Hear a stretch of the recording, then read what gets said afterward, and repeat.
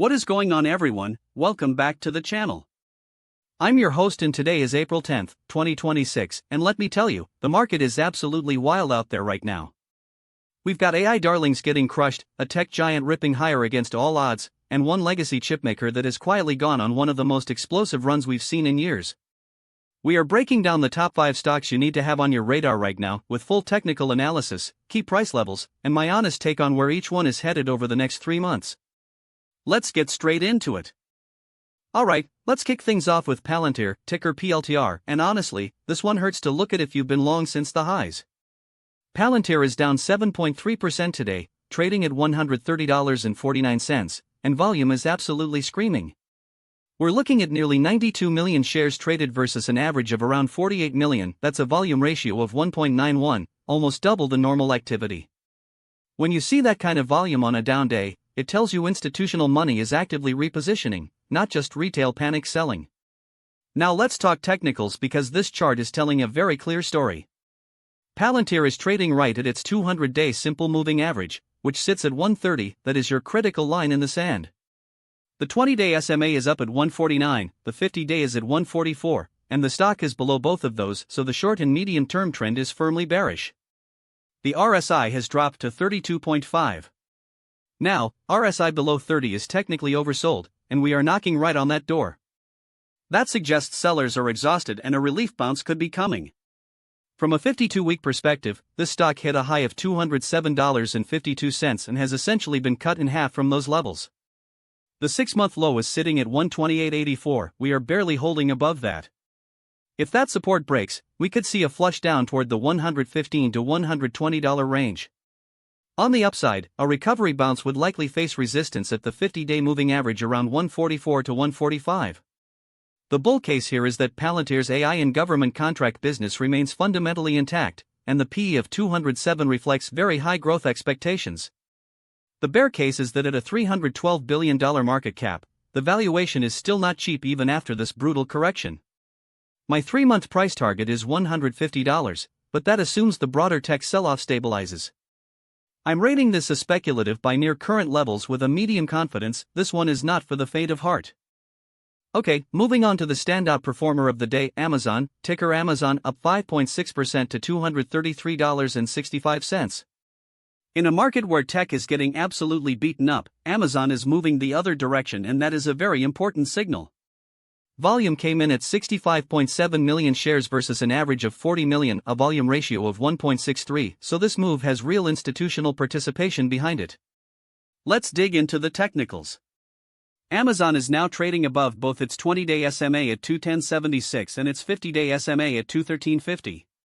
When a stock reclaims both of those moving averages in a single session on elevated volume, that is a technically constructive setup. The stock is also sitting right on its 200-day moving average at 233.65, so today's close is essentially a test of that key long-term average. Holding this level would be a very bullish development. The RSI is at 69.5, that's right at the doorstep of overbought territory, which is above 70. This tells me momentum is strong, but we may see a short-term pause or minor pullback before the next leg higher. The 52-week high is 258.60. And the 6-month high is $254 even, so there's about an 8 to 9% gap between current price and that resistance zone. Fundamentally, Amazon at a PE of 32 is actually reasonable for a company with AWS cloud growth, advertising revenue acceleration, and AI infrastructure build-out. The market cap is $2.5 trillion, making this one of the largest companies on Earth, but the valuation is far more grounded than some of its AI peers. My 3-month price target is $255, essentially a test of the prior 6-month high. I'm rating Amazon a buy with high confidence. If you want one large-cap tech name to own in this environment, Amazon is making a very compelling case today. Next up is Adobe, ticker Adobe, and this one is in a world of pain. Adobe is down 3.92% today to $229.94. Now at first glance that might not sound catastrophic, but when you zoom out and look at the full picture, this stock has been an absolute disaster over the past 6 months. Adobe hit a 52-week high of $422.95. It is now trading at $230, that is a 45% decline from peak. The 6-month high was $359.91 and the current price is sitting exactly at the 6-month low of $229.94. In other words, we are sitting at what could be a major capitulation point or a waterfall breakdown. Volume today was 6.8 million shares versus an average of 4.1 million, a volume ratio of 1.66, so sellers are still active. The moving average picture is ugly. The 20-day SMA is at 244 and the 50-day is at 259, both well above current price, meaning the trend is firmly downward on every near-term timeframe. The one saving grace technically is that the RSI has dropped to 34, dangerously close to the oversold 30 level. Historically, when RSI approaches these levels in a high-quality name like Adobe, it has preceded meaningful bounces. Here's the interesting fundamental angle: Adobe's PE ratio is 13.41. For a software company with Adobe's brand, Creative Suite dominance, and AI integration through Firefly, a 13 times earnings multiple is actually very low by historical standards. The market is clearly pricing in slower growth and competitive pressure from AI image generation tools, but at these levels, you are arguably getting a margin of safety. My 3-month price target is $265, a modest recovery toward the 50-day moving average. Rating is a hold with a watch for a buy signal if RSI drops below 30 and we see a reversal candle. Confidence is medium. Alright, number 4 on our list today is Oracle, ticker Oracle, down 4% to $137.86. Similar to Adobe, Oracle has had a brutal stretch from its highs. The 52-week high was $345.72, and this stock is now sitting at $137.86. That is a 60% drawdown from the 52-week high. Absolutely brutal. Volume today was 30 million shares versus an average of about 19.6 million, volume ratio of 1.55, so we are seeing above average distribution in this name. The moving average structure is completely broken. The 20-day SMA is at 148 and the 50-day is at 151, the stock is trading below both, confirming a bearish near-term trend. The RSI has fallen to 31.2 again, just barely above oversold territory at 30. When 3 of our 5 stocks today are sitting near oversold RSI levels, it tells you that the broader technology sector is under significant institutional selling pressure. The 52-week low for Oracle is $121.24, that is your major downside support level. If Oracle breaks below 130, it opens the door to a test of that 121 low. On the upside, a bounce would likely stall at the 20-day moving average around 148. Fundamentally, Oracle at a PE of 24.75 is reasonably valued for a cloud and database infrastructure company. The cloud revenue growth story and AI data center partnerships have been key catalysts, but clearly the market is pricing in some disappointment or macro headwinds. My 3-month price target is $155, a recovery toward the 50-day moving average if the selling pressure subsides. I'm rating Oracle a hold here with low to medium confidence. I want to see stabilization and volume dry up before turning more bullish. And last but absolutely not least, and honestly one of the most fascinating charts in the entire market right now, is Intel, ticker Intel.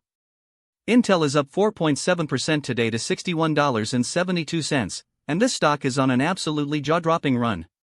Let me give you the full context here because this is stunning. Intel's 52-week low was $17.67. It is now trading at $61.72, that is a 249% move from the lows. Today's 6-month high is also $61.72, meaning this stock is sitting right at the very top of its recent range. And the 52-week high of $62.08 is only 36 cents away from where we are right now. The moving average structure here is the exact opposite of what we saw in Palantir, Adobe, and Oracle. Intel is trading well above its 20-day SMA at 47.32 and above its 50-day at 46.94, both of those are bullish signals. The stock is also sitting right at its 200-day moving average at 61.72. Volume is 155 million shares today versus an average of 133 million, a more modest volume ratio of 1.16, but still above average. Here's the big red flag I have to address: the RSI is at 74.2. That is firmly in overbought territory.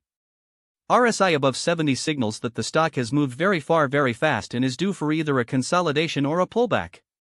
Buying into an RSI of 74 near the 52-week high is a high-risk entry point.